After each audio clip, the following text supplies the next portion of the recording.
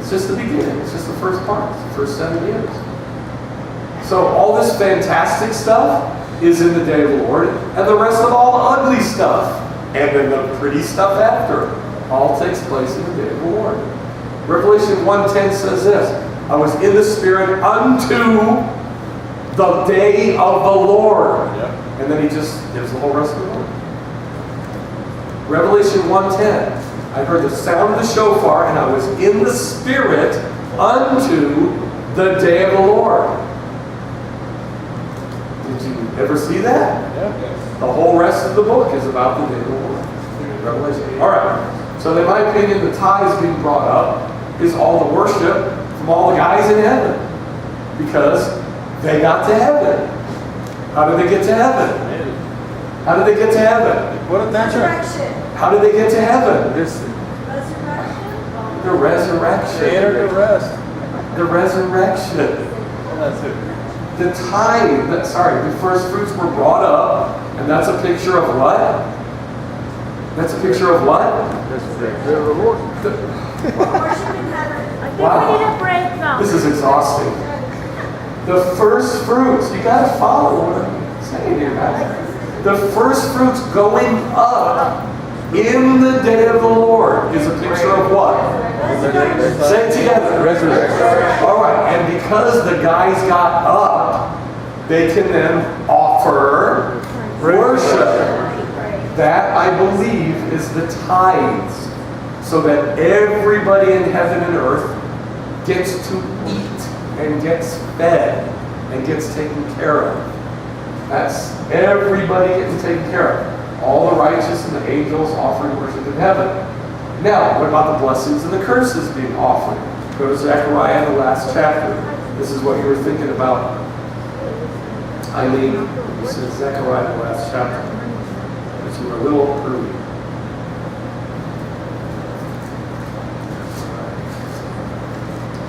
I'm just going to have to keep going over it. Yep. I mean today. Pretty much. Today. Well, then let me finish. Stay with me so I can finish. Don't veg out on me. We're good. I want to finish. Zechariah 14. Behold, a day is coming. What day? That The day of day. the Lord. What day? Seventh day. What day? What day? Seventh day. What day? Rest day. You can give me 15 different describers. I don't care. Behold, the day of the Lord is coming. It even says the day is coming for the Lord. When the spoil taken from me, blah, blah, blah. I will gather all the nations against Jerusalem. Verse 4. And in that day, what day? That day. What day? What day? What day? Rest day. In that day, his feet will stand on the Mount of Olives, which is in front of Jerusalem. Verse 6. And it will come about in that day. What day? Seventh day. What day? Rest day. Which day? This What's that day called? There will be no light, for the luminaries will dwindle. It will be one day known to the Lord. It will be one day known to the Lord. Now, maybe you can get this and maybe you can't, but I'm going to say it. That's what Yeshua is quoting. When people misquote, no man knows the day or the hour. What he really says is, but of, concerning, right, about the contents of keyword that day is people don't know, the Lord knows. This is what he's quoting. That day is known to the Lord. That's all he's saying. You can accept that or not.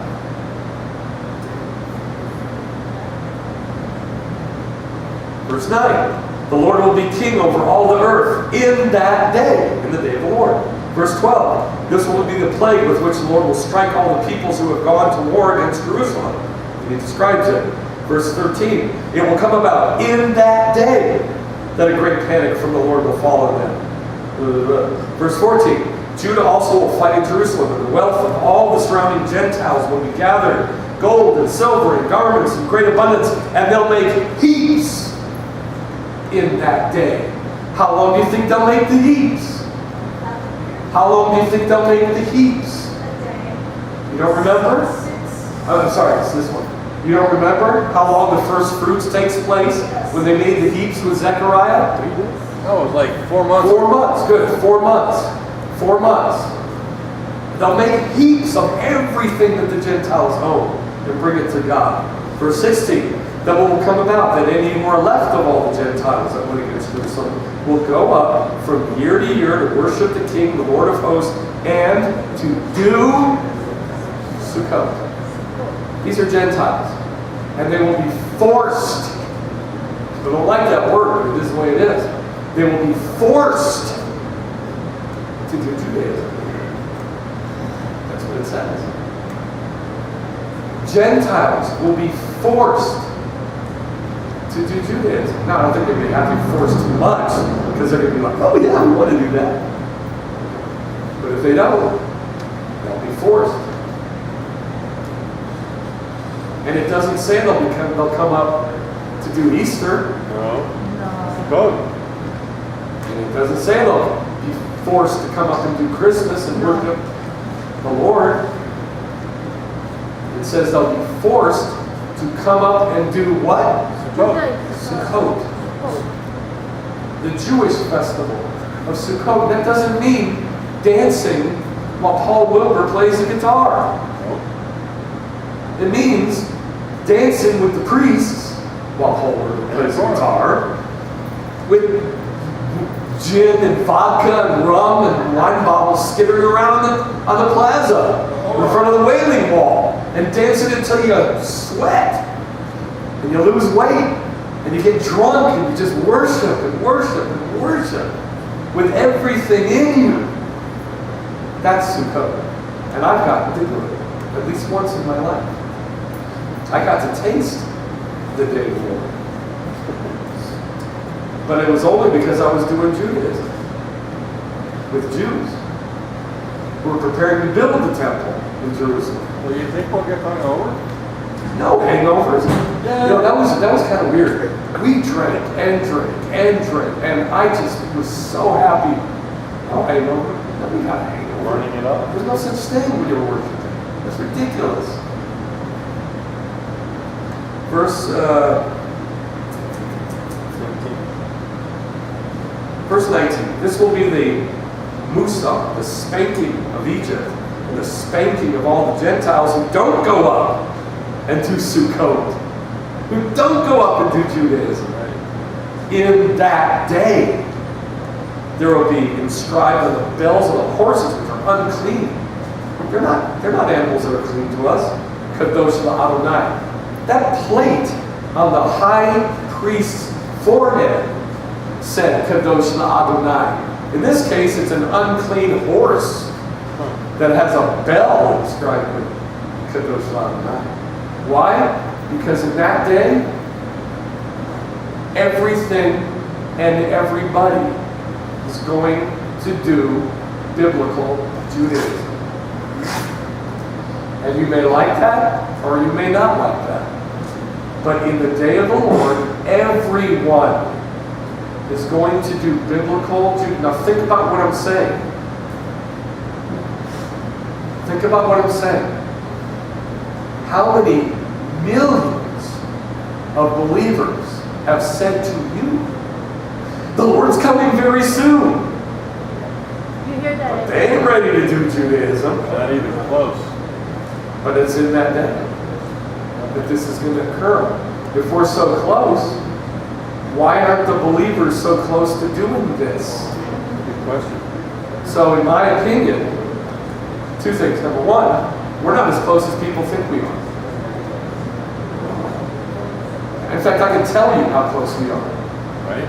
But I don't need to. You can find it out. Because no man knows the day or the hour is an absolute fabrication. And number two, God is moving the body to start doing it more and more. But it's moving slow. And it ain't moving as fast as I want, for sure. But it ain't moving as fast as some of you think it is. And it needs to be very clearly said people are going to do Judaism, biblical Judaism in the day of the Lord, whether they want to or not. Now, people who are believers will want, because why? We believe. It talks to us. It preaches to us. And that's what we want. But a lot of people don't want that. A lot of believers don't want that. Why does it say, and in that day there will no longer be Canaanites? Verse 21, and every cooking pot in Jerusalem and Judah will be holy to the Lord. Really? Every cooking pot will be holy to the Lord? What do you do in cooking pots in Jerusalem? What were the cooking pots used for in Jerusalem specifically? Sacrifices. Sacrifices. That's what it's saying. It's saying it's not just going to be vessels that are holy in the temple. It's going to be all throughout Jerusalem will be these sacrificial cooking pots, because it says it. And all who sacrifice will come and take of them. And boy, who's it talking about? Jews? Yeah. No. Gentiles. Jews too, of course, because we do it naturally. But it's talking about Jews. Jews and Gentiles together doing what? Judaism. Jews and Gentiles together doing Judaism. Sacrifices. Believers doing sacrifices in the kingdom. That's what it says. And because of that, because of all these righteous Gentiles, there will no longer be a merchant. The word Canaanite means a merchant. Somebody makes cash. Somebody who's after cash. There won't be money changers. Won't be any money changers in the house of the Lord. That's why Yeshua drove them out twice in a row, 2 years in a row. Because that's not Judaism. Judaism is drink until you can't see straight and not having a hangover. Because you worshiped with it. Because you worshipped with it. Because you worshipped with it. That's Judaism. We use everything to worship. Everything. Don't you think that when you were over there, I heard you were drunk? Actually, you were filled with the Holy Spirit? Of course I was filled with the Holy Spirit. But if you just looked at the people from the outside, people would say, they're drunk. Right. That's what they did in Acts chapter 2. Everybody was filled with the Spirit. What did the people say? They're drunk, even though it's only midday. Of course. You don't get drunk when you're filled with the Spirit. But you just look at it physically and it looks like drunk. Okay. I think I got my point across, I hope. Did it get it across? Did I drive it home? What are we waiting for? What are we waiting for? Day. Tell me another word for it. The seventh Thing. What else are we waiting for? Rest. Yeah. The kingdom. The kingdom. All right. I'm exhausted. Shabbat. Shabbat. Yes. Shabbat. Let's pray. God, I don't even know what to pray.